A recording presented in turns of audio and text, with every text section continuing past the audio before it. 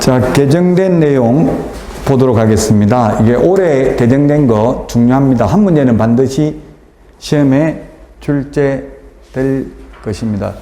지난주에 이거 한 문제는 아니죠? 개정된 거다. 지난주에는 박스형 문제 드렸었잖아요. 기억도 안 나요? 박스형 문제였죠? 예, 이번에는 개정된 문제입니다. 개정된 문제. 자, 조금 전에도 이야기를 했는데 토지 취득 자금 조달 계획은 수도권 광역시 세종특별자치시의 경우에는 금액과 무관하게 자금 조달 계획서 제출해야 됩니다. 토지 취득 자금 조달 계획서입니다. 토지. 이거 2022년 2월 28일 날 신설됐습니다. 우리 암기 프린트 13번 맨 밑에 토지 취득 자금 조달 계획서. 지분 거래인 경우는 금액과 상관없이 자금 조달 계획 제출해야 됩니다. 지분 거래가 아닌 경우에는 3억이 아니고 얼마라고요? 1억. 지분 거래가 아닌 경우 1억 이상. 암기 프린트 13번 맨 밑에 있죠? 지분 거래가 아닌 경우 1억 이상 자금 조달 계획을 제출해야 됩니다. 자, 그 다음에 2번이 틀린 정답이고요. 신고 대상 토지거래계약 체결로부터 역산하여 1년 이내에 매수한 다른 토지가 있는 경우 그 토지 가격을 거래 가격에 합산하고요.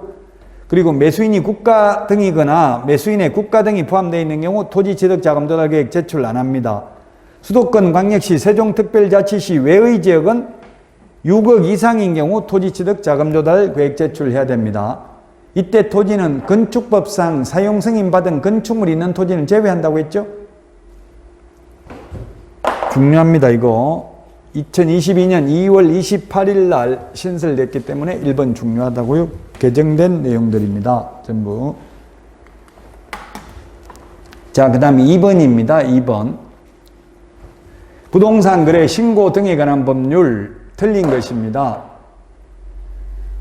법인 외의자가 조정대상지역이나 투기과일지구에 소재하는 주택거래계약을 체결한 경우 거래대상 주택 취득에 필요한 자금조달계획을 제출해야 된다. 주택이라고 했을 때 이때 주택은 주택법상 주택입니다. 주택임대차 신고할 때 주택은 주택임대차보호법상 주택입니다. 예, 그렇습니다. 이거는 올해 바뀐 건 아닙니다. 2020년 12월 10일인데요. 조정대상지역이나 투기과일지구면 금액과 상관없이 자금조달계획을 제출해야 된다고요. 뭐 옛날에는 금액이 있었는데 그 옛날 금액 말하지 않겠습니다. 헷갈리니까. 금액과 상관없이 자금조달계획 제출해야 되고요. 자, 그 다음에 법인 외의자가 조정대상지역이나 투기과일지구에 소재하는 주택의 거래계약을 체결한 경우 본인이 입주할지 여부, 입주 예정 시기도 신고해야 되고요. 다만 매수인이 국가 등인 경우입니다.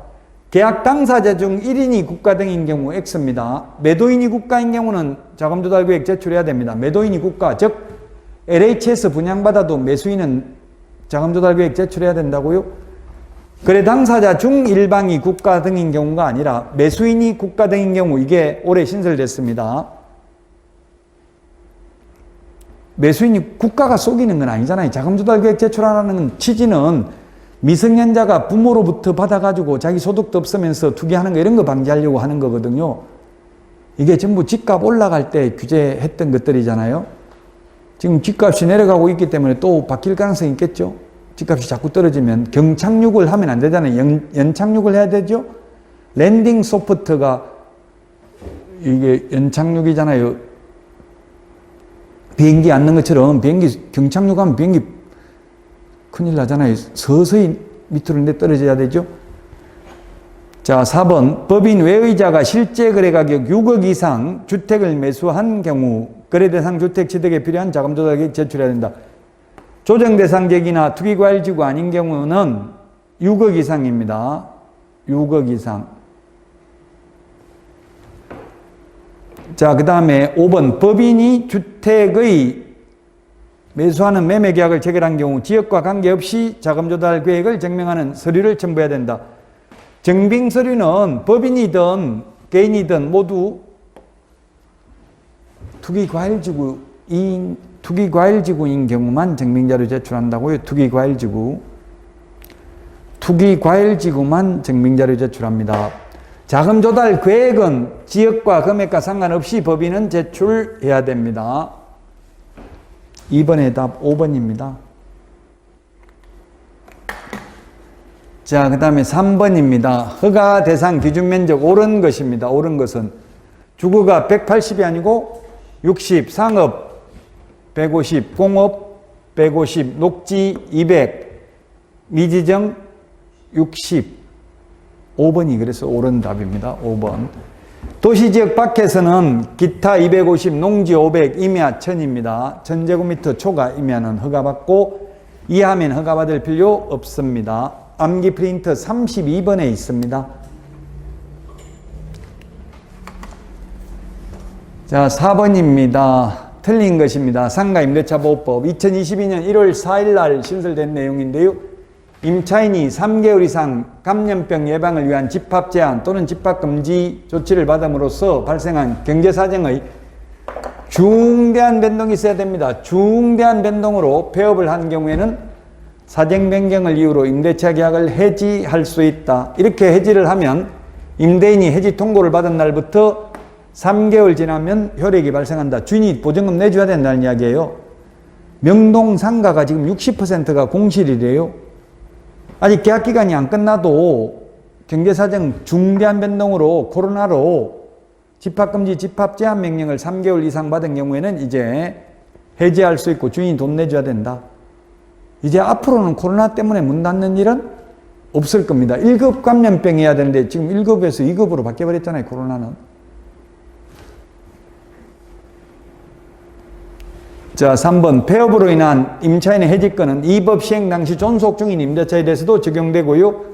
그리고 폐업으로 인한 임차인의 해지권은 환산보증금이 서울에서 9억 초과하는 경우에도 적용됩니다.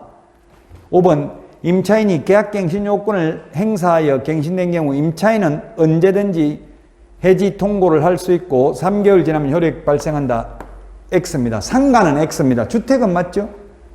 주택은 묵시적 갱신이든 갱신 요구에 의해서 갱신됐던 세입자가 나가고 싶으면 나가고 싶다고 이야기하면 3개월 지나면 효력 발생합니다. 근데 상가는 묵시적 갱신된 경우에는 세입자가 나가고 싶다고 할 수 있지만 갱신 요구에 의해서 갱신되면 전임대차와 동일한 조건으로 계약한 것으로 봅니다. 만약에 4년 계약했으면 주택은 4년 계약했다 하더라도 계약갱신 요구하면 2년 연장됩니다.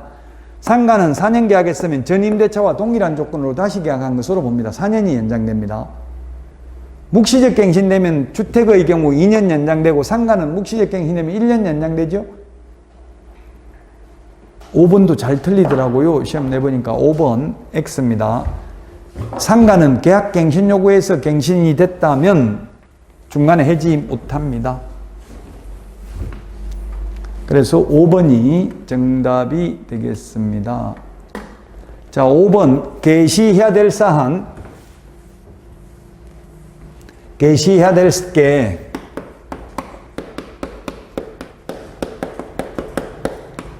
등수사보자, 등록증 원본, 중개보수열표, 사업자 등록증, 중개보수열표, 자격증 원본입니다. 답 1번인데요. 시험에 그래서 실무교육 수료증, 협회 회원 가입 증명서, 부동산 거래 정보망 가입 확인서 이런 게 X로 출제됐습니다. 개시해야 될 사항이 아니라고요. 그럼 만약에 이 5개를 해놓고 다음 중 모든 개업공개사가 반드시 개시해야 될 사항이 아닌 것 하면 자격증이죠. 부칙개공은 자격증 없으니까 개시 안 해도 되잖아요. 자격증의 경우는 있는 경우에만 개시하면 됩니다. 소속공개사 있으면 소속공개사 자격증도 개시해야 됩니다. 2021년 12월 31일 날 개정됐습니다. 작년 시험 보고 나서 뭐가 개정됐냐면 사업자 등록증, 사업자 등록증은 원본이라는 말 안 적혀져 있습니다. 원본이라는 말 없어도 당연히 원본이겠죠? 사본 하면 물론 X입니다. 근데 원본이 어떤 분은 모든 개업공개사가 개시해야 될 사항이 아닌 것 하니까 5번을 답했더라고요. 왜? 원본이라는 말 없다고. 자격증인데. 사업자 등록증을 개시하도록 한 취지는 시험에 안 나옵니다만은 이유가 뭐냐면 일반 가세사업자는 부가가치세 중개보수 외에 10% 받을 수 있잖아요. 간이가세사업자는 4%밖에 못 받거든요. 그 간이가세사업자 등록을 해놓고 부가가치세는 10% 받을까봐 이렇게 한 거예요. 못 받게, 많이 못 받게 하려고.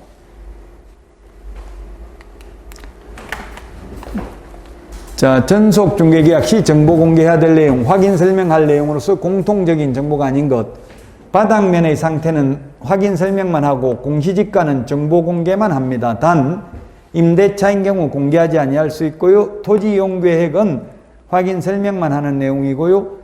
중개보수 산출 내역, 취득시 부담할 조세도 확인 설명만 할 내용입니다. 정보 공개해야 될 내용은 아닙니다. 답 그래서 5번입니다. 5번. 바닥면의 상태를 확인 설명하도록 올해부터 신설됐습니다. 바닥면의 상태. 실제로는 바닥면의 상태가 아니라 바닥면의 균열이 있는지 없는지를 설명하도록 하려고 했었어요. 근데 개업공개사들이 반발했어요. 균열이 있는지 없는지는 도배 밑에 있는 거, 도배 장판 밑에 있는 것까지 다 확인해야 되잖아요. 그 확인 거의 불가능이죠. 나중에 문제 생기면 확인 설명 위반으로 개업공개사가 책임을 져야 되잖아요. 그래서 개업공개사가 반발하니까 눈에 보이는 거 그냥 바닥면의 상태만 깨끗한지 이런 것만 설명하도록 바뀌었습니다.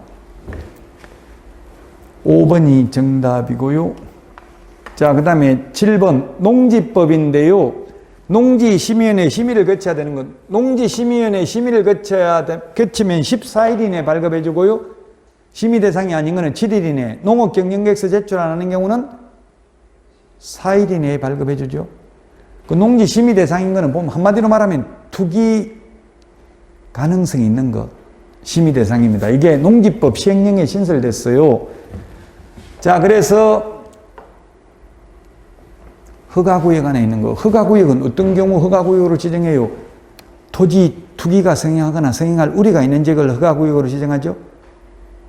그 지금 3기 신도시 예정지역 허가구역 이게 LH지구원 광명시형 신도시 투기 사건 때문에 신설된 거예요. 허가구역 지정됐잖아요. 지금 3기 신도시 예정지역. 그런 지역 취득하려면 농지심의위원회 심의 받아야 됩니다. 허가구역 안에 있는 거. 그 다음에 서울에 살면서 저기 김해평야에 있는 거 논취득하면 그건 농사 지을 가능성이 극히 희박하잖아요. 그래서 농지 소재지 관할 시, 군, 자치구 또는 연접한 시, 군, 자치구에 거주하지 않으면서 그 관할 시, 군, 자치구에 소재한 농지를 2022년 8월 18일 이후 처음으로 취득하려는 자. 이 개정법 시행이 2022년 8월 18일이니까 맞습니다. 이거 심의 대상입니다. 서울에 살면서 이 근처에 있는 거는 해도 되겠지만 광진구면 구리에 있는 것까지 가능하겠죠. 연접하고 있잖아요. 근데 광진구에 있으면서 저 포천에 있는 거 사면 그 농사지으러 갈 가능성 좀 희박하죠. 자, 그 다음에 요게 틀렸네요. 2인이 아니고 3인입니다. 3인. 3인 이상이 공유로 취득하는 경우 그 LH 직원이 공유로 직원들끼리 돈 모아가지고 뭐 5억, 10억 하니까 혼자서 돈 모으기 힘들잖아요. 돈 걷어가지고 개발할 거 예정지역 투기 이거 완전 LH 직원을 위한 맞춤 법령이에요. 돈을 많이 못 구하니까 대출을 여러 사람 받아가지고 투기했더라고요. 그래서 3명 이상이 공유하면 공유로 취득하는 경우는 심의 받아야 됩니다. 근데 2명은 부부 공동으로 할 수도 있잖아요. 아파트 분양받으니까 부부 공동 명의로 할 거냐 아예 안내문까지 왔더라고. 공동 명의로 할 수 있다고.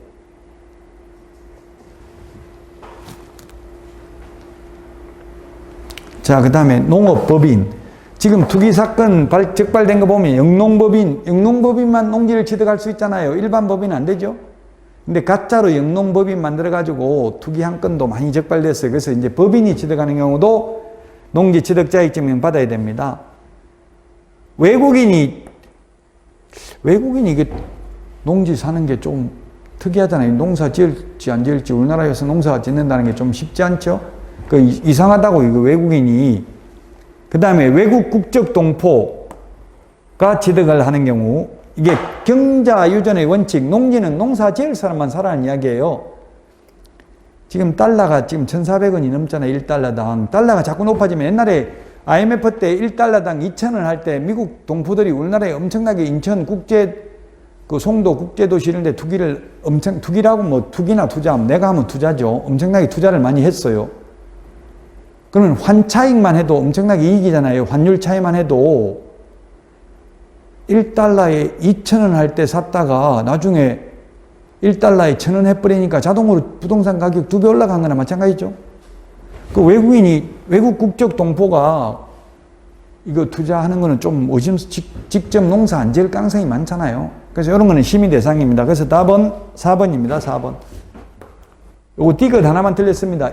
2인이 아니고 3인 이상이라고요. 이거 혹시 공법에서 이런 문제 비슷한 거 보셨나요? 보지는 못했어요. 최근에 신설된 거예요. 있어요. 농지법 시행령에 보면 있어요.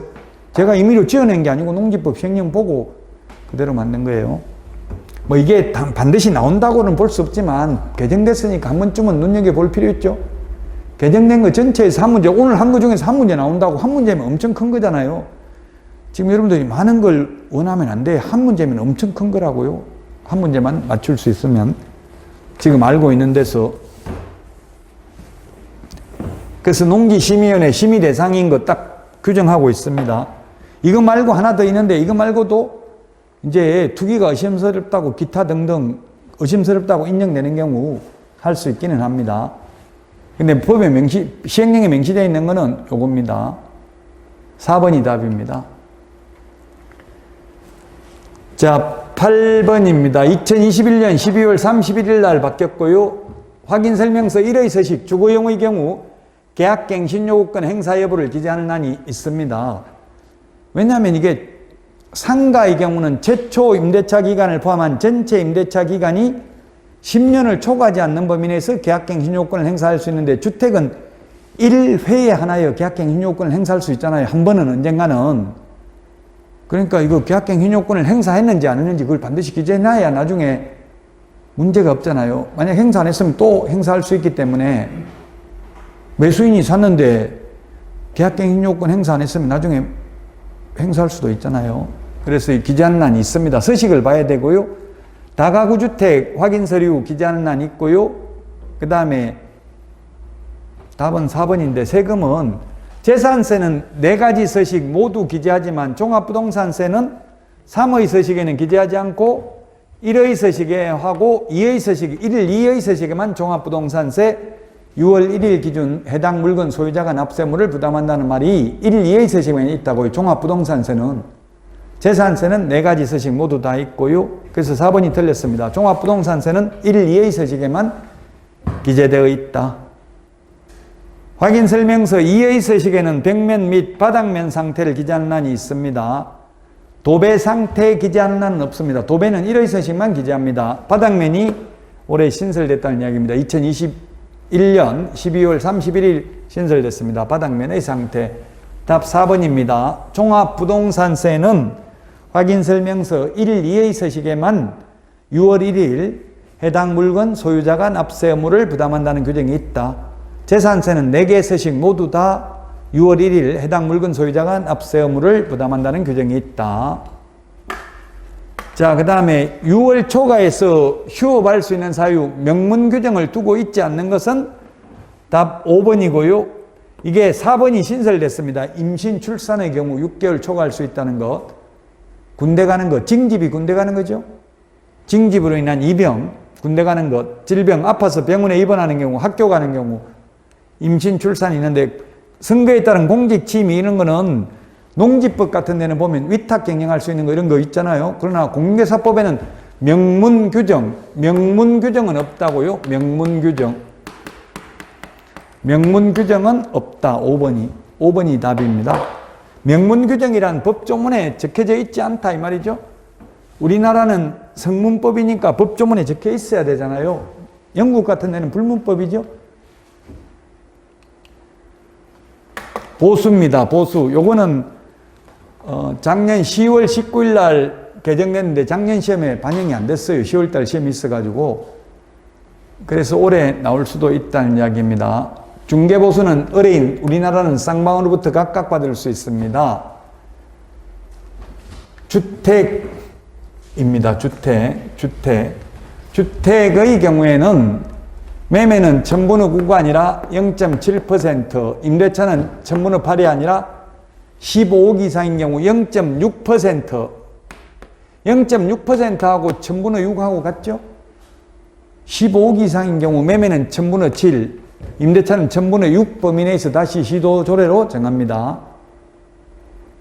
그래서 1번이 틀렸습니다. 옛날에 이게 2021년 10월 18일까지는 이게 맞는 말이죠. 집값이 올라가니까 중개보수요율은 그대로인데 자동적으로 중개보수가 올라갔잖아요. 그 앞으로 집값 떨어지면 그럼 또다시 원상복구 시키실지 그거는 모르겠죠. 얼마나 떨어져야 될지.